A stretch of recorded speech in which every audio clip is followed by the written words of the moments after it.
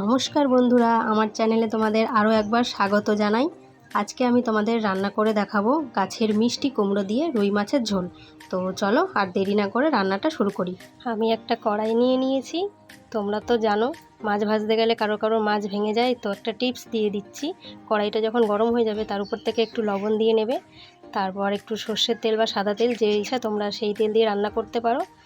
তো চলো, তেলটা গরম হয়ে গেলে তারপরে আমি একে একে মাছগুলো ছেড়ে দেবো। আমার তেলটা এখন গরম হয়ে গেছে, তো আমি রুই মাছগুলো, কেটে রাখা রুই মাছগুলো একে একে তেলের মধ্যে দিয়ে দিচ্ছি। তো চলো এবার মাছটাকে ভাজা হতে দিই। তো আমার মাছ ভাজা হয়ে গেছে, এক পিঠ ভাজা হয়ে গেছে। তো চলো এবার মাছগুলোকে উল্টে পাল্টে দিই, দু পিঠ ভালো করে লাল লাল করে ভেজে নেব।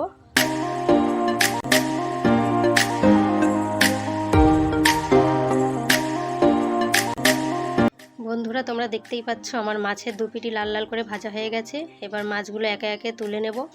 মাছ ভাজা তেলের মধ্যে এবার আমি কিছু পরিমাণ গোটা জিরে দিয়ে দিলাম, সাদা জিরে। তার মধ্যে একটা ছোট পেঁয়াজ কেটে রেখেছিলাম, সেটা দিয়ে দিলাম। তো চলো এবার পেঁয়াজটাকে ভেজে নিই। পেঁয়াজটা লাল লাল করে ভাজা হয়ে গেলে একটা ছোট টমেটো কুচি কেটে রেখেছিলাম, সেটা দিয়ে দিলাম। টমেটোটা ভালো করে ভেজে নেব। এরপরে এর মধ্যে মশলা দিয়ে দেবো।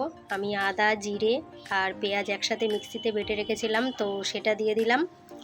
আমি মশলার মধ্যে 1 চামচ লবণ, 1 চামচ হলুদ দিয়ে দিলাম। তোমরা তোমাদের পরিমাণ মতো দেবে, যে যেটুকু খেতে পছন্দ করো। এদিকে মশলা ভাজতে ভাজতে মশলা পুড়ে গেলে আর একটা টিপস বলে দিলাম, একটু জল দিয়ে ভালো করে কষিয়ে নেবে। মশলাটা থেকে যতক্ষণ না কাঁচা গন্ধ দূর হবে ততক্ষণ মশলাটা কষিয়ে নেবে। তারপরে এর মধ্যে দিয়ে দিলাম আলু, কেটে রাখা আলু দিয়ে দিলাম।